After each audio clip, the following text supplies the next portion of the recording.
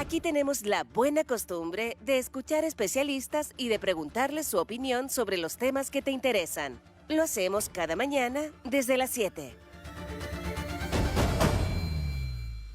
Bueno, estamos a 18 minutos de las 8 de la mañana con nuestro entrevistado de esta hora disponible. Estamos hablando de Mauricio Bravo, quien es académico de la Facultad de Gobierno de la Universidad del Desarrollo, cientista político de la UTD, también magíster en políticas públicas de la Universidad de Chile, diplomado en Public Policy de la Universidad de Chicago, Estados Unidos, PhD en educación superior de la Universidad de Leiden en los Países Bajos.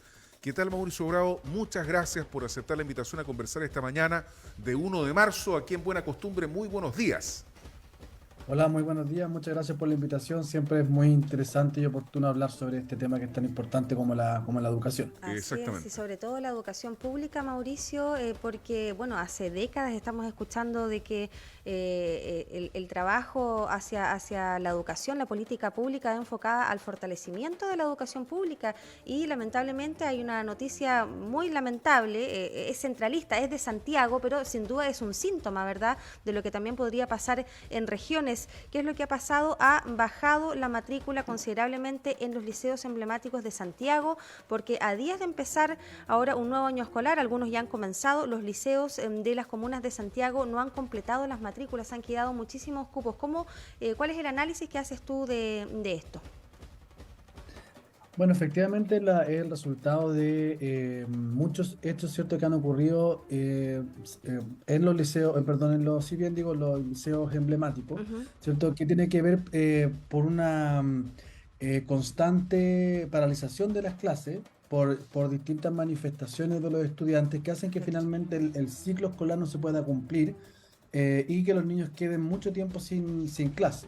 Por una parte, eso asociado también a otros movimientos que son más bien violentos que han ocurrido en casos muy específicos en algunos de estos liceos emblemáticos Como los y overoles, que ¿o no? finalmente, ¿cómo? Como el tema de los overoles, por ejemplo. Por ejemplo, los brotes blancos en el Instituto Nacional u Ujú, otros hechos similares que han ocurrido en el INBA, por ejemplo, que ha ujú. sido bien noticiosos también. Y esto también se suma que ya desde hace un tiempo, y el año pasado en la prueba PAES de este año se notó notoriamente, ¿cierto?, que han bajado también sostenidamente sus resultados en estas Claro. pruebas de ingreso a la educación superior. Entonces, sumado a las tres cosas, ¿cierto? La poca regularidad de clase, que obviamente tiene un impacto en los resultados de aprendizaje, que lo estamos viendo ahora, y a esto sumamos los hechos de violencia escolar que ocurren en estos establecimientos, hacen que los padres, ¿cierto?, opten por otra alternativa para sus estudiantes. Claro, Mauricio, y más allá de este hecho en concreto, ¿cuál es el análisis en profundidad también de lo que está pasando con esos estudiantes que efectivamente cometen estos también actos violentos a modo de protesta? ¿Cuál es cómo se podría finalmente salvar a estos establecimientos para que vuelvan a ser también lo que eran antes, como por ejemplo el Instituto Nacional? Claro, sí, hay que tratar de resolver esto rápidamente porque ya ha pasado demasiado tiempo en la cual no se han tomado la acción o las decisiones para poder parar esta alta violencia que ocurre, por ejemplo, en el Nacional o en el INBA, o principalmente en el Nacional, que es donde ha sido más constante, ¿cierto? El tema de los overoles blancos. De ahí hay dos opciones, ¿cierto? Que son conocidas, que es la Ujú. prevención y el control, y que ambas tienen que ir de la mano. Hay que prevenir que esto siga ocurriendo y hay que trabajar con las comunidades educativas, con los padres, asistentes de la educación, ¿cierto? Para digamos, fortalecer aquellos factores que son necesarios para mantener la regularidad de las clases. Y por otra parte, hay que controlar que esto no siga ocurriendo, ¿cierto? Y aplicar la ley cuando haya que hacerlo, digamos, ¿cierto? Nosotros tenemos una ley que se llama la Ley de Aula Segura, que entrega herramientas a los directivos para poder controlar y, por ejemplo, expulsar estudiantes que sean sorprendidos en actos de alta violencia. Y hay que aplicar la ley. En definitiva, en esos casos, los casos que competa, hay que utilizar los mecanismos legales que existen hoy día en Chile. Sí, hay un análisis que se hace también antes de la municipalización y después de la municipalización de la educación y del incremento, ¿verdad?, de la oferta del mercado educativo a través de colegios subvencionados particulares, porque hay personas, por ejemplo, mi padre, que ya es bastante añoso, él señalaba que antes los colegios públicos eran de mucho prestigio, ¿verdad? Presidentes de la República han egresado, ¿verdad?, de liceos también emblemáticos, y esto ha ido cada vez más en detrimento. No ha habido ningún gobierno que haya logrado parar, ¿verdad?, lamentablemente la calidad Deterioro. de la educación pública. ¿Cómo analizas tú esto? También yo me imagino por tus títulos, ¿verdad? ¿Tendrás alguna también evidencia internacional de por qué estamos tan mal enfocados en cuanto a la educación pública? Y también preguntarte si esto podría ocurrir también aquí en regiones como la nuestra. Claro. Yo diría que el sistema escolar chileno ha sido bastante exitoso a nivel internacional. Si uno lo mira, por lo menos en la región latinoamericana, Chile es un país que lidera en todos los indicadores que competen. Por ejemplo, cobertura escolar, asistencia escolar, calidad de la educación. Cuando nosotros competimos o nos comparamos más bien con la región, con Latinoamérica, Chile supera a todos sus pares escolares de Latinoamérica en matemáticas, en lenguaje.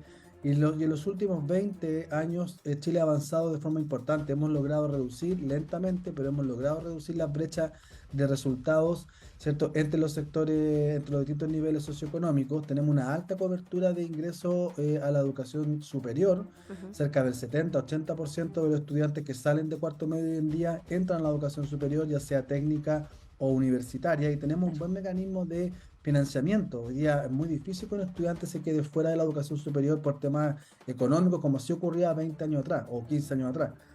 Entonces, primero reconocer que Chile es un país que ha avanzado y que ha logrado cosas importantes en educación, para no ser tan autoflagelante, digamos.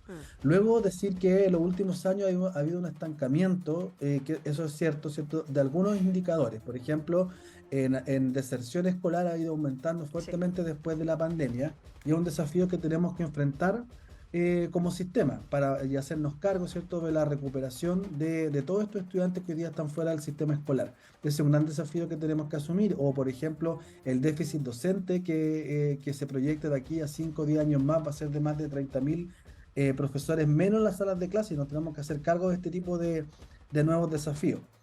Eh, entonces, dicho eso, también es importante decir que no toda la educación pública está mal, ¿ya? Sería un poco ingrato para todas las comunidades escolares que trabajan Claro. día a día, que se esfuerzan todos sus profesores para sacar a sus niños adelante, y que tenemos muy buenos ejemplos de que lo hacen bien. Eh, Incluso en contextos altamente vulnerables. Ahora, tenemos un caso que es bien paradigmático, ¿cierto?, que son los liceos bicentenarios, que no sé si ustedes los han seguido, pero son liceos que se Así crearon en el es. año 2010. Ujú. Yo participé en una investigación, en dos investigaciones al respecto, sacamos un libro y un paper de investigación, y lo que nosotros nos damos cuenta es que el papá siempre va a buscar la calidad, independientemente de el tipo de dependencia, si este fuera subvencionado, municipal o hoy día de servicio local de educación, ¿cierto? El papá va a buscar que sea un buen colegio. ¿Y el papá qué entiende por un buen colegio? Primero, cuando nosotros les preguntamos, entiende que es un establecimiento que su niño está bien protegido, ya que está cuidado, que no hay drogadicción, que no hay delincuencia al interior del colegio, que no hay pandillas, por ejemplo, que no hay bullying. El papá busca primero que su hijo esté bien protegido, antes de que aprenda o no aprenda.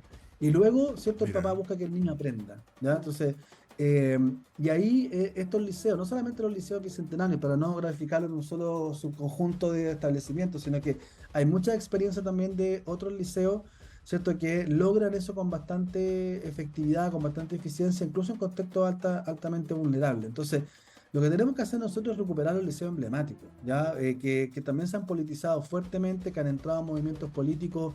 eh, que son bastante líquidos, ¿cierto? Que no sabemos quiénes son realmente, eh, no sabemos quiénes son sus líderes, cuáles son sus principales demandas a la sociedad. No necesariamente esas demandas son del colegio, no es que quieran que el colegio esté pintado o que haya un mobiliario A o B, sino que a veces son demandas nacionales que tienen que ver con otras temáticas. Por lo tanto, tenemos que a ver cómo abordamos un hecho muy particular que ocurre en los liceos emblemáticos. Oye, una pregunta, esta sensación de, digamos, ¿no te parece, Mauricio, demasiado baja la barrera aspiracional de los apoderados que, en primer lugar, ponen para elegir el establecimiento donde llevan a sus hijos que haya seguridad?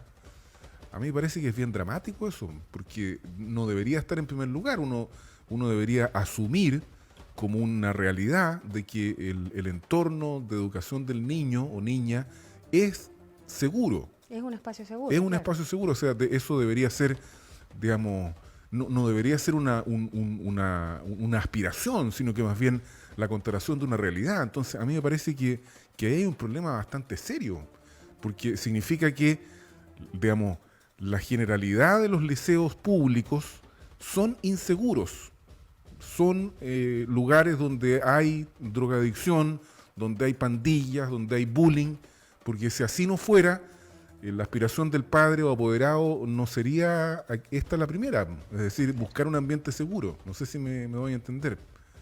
Sí, claro. Todo esto, estoy de acuerdo contigo. Esto depende del contexto en el cual está situado el establecimiento. Son distintas las opiniones si tú le preguntas a un papá que vive en Las Condes, en un liceo municipal, que está en un barrio, en un muy buen barrio, por ejemplo. ¿Ya? Sí, Ahí el tema de la seguridad claramente no es algo Claro. que esté relevado. Sí, es muy importante la convivencia escolar para todos los padres, ¿cierto? Que no haya bullying, ¿cierto? Que no haya abuso escolar al interior de los establecimientos entre los pares escolares, por ejemplo, ¿ya? Pero si nosotros nos vamos a una población, nosotros acá en Santiago hay una población que se llama Andes 1, Andes 2, que está en San Bernardo, que es bastante conflictiva, ¿cierto? Ahí muchos papás que nosotros entrevistamos para algunas investigaciones nos dicen, yo prefiero sacar a mi hijo de acá y llevarlo y que se vaya a estudiar a Santiago Centro, que cruce toda la región prácticamente, toda la ciudad, o una hora en micro, pero prefiero que esté en un colegio donde yo estoy tranquilo o tranquila, ¿cierto? Que no van a estar las pandillas cerca, no van a haber alto grado de drogadicción o narcotráfico cerca, ¿cierto? Microtráfico cerca.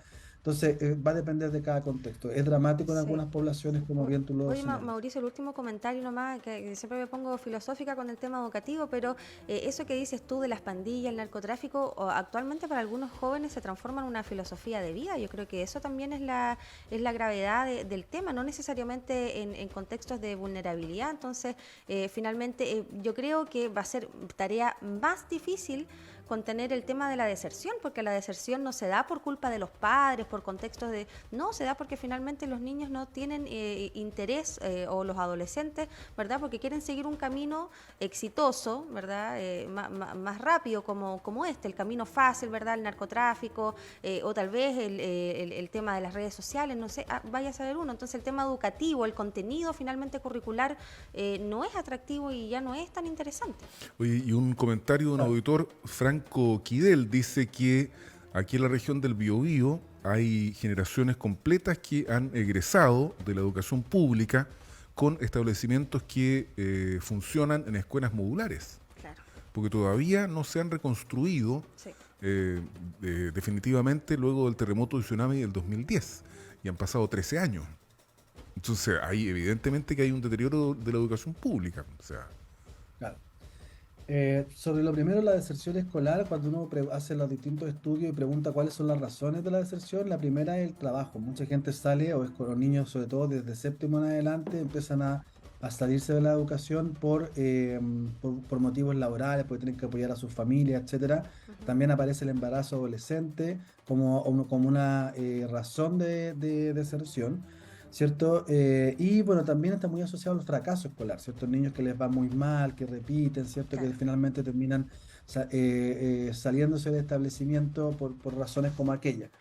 Pero efectivamente, en algunos contextos, la facilidad, ¿cierto? Que algunos ven de obtener rápidamente un estatus social sí. y económico diferente hace que sea muy difícil reducir la deserción escolar. Claro. También hemos investigado esto y algunos profesores nos dicen es que nosotros decimos vaya a la universidad porque le va a ir bien y va a poder ganar un buen sueldo, etcétera, pero los niños dicen, bueno, pero mi vecino al lado no estudió nada, tiene el sexto básico y es millonario, digamos, y todos Claro, sabemos pues, a qué se dedica, digamos, entonces es complejo, claro. sí, es complejo. Y lo último, la última pregunta es, bueno, efectivamente todavía hay mucho que hacer en la educación pública, hay colegios que están en condiciones como la que tú señalas y bueno, ahí hay que rápidamente, ya han pasado, sé que como bien tú dices, han pasado 13 años, no es plausible, ¿cierto?, que estos establecimientos sigan funcionando de esa forma. Te agradecemos mucho la disponibilidad a conversar con buena costumbre Mauricio Bravo, académico de la Facultad de Gobierno de la Universidad del Desarrollo, cientista político también. Muchas gracias, Mauricio, y que tengas un muy buen día Ya, pues, y un excelente mes de marzo que estamos comenzando. Gracias, Mauricio. muchas gracias por la invitación, que estén muy bien. Igualmente. Igualmente. Hasta Faltan 3 luego. minutos para las 8 de la mañana.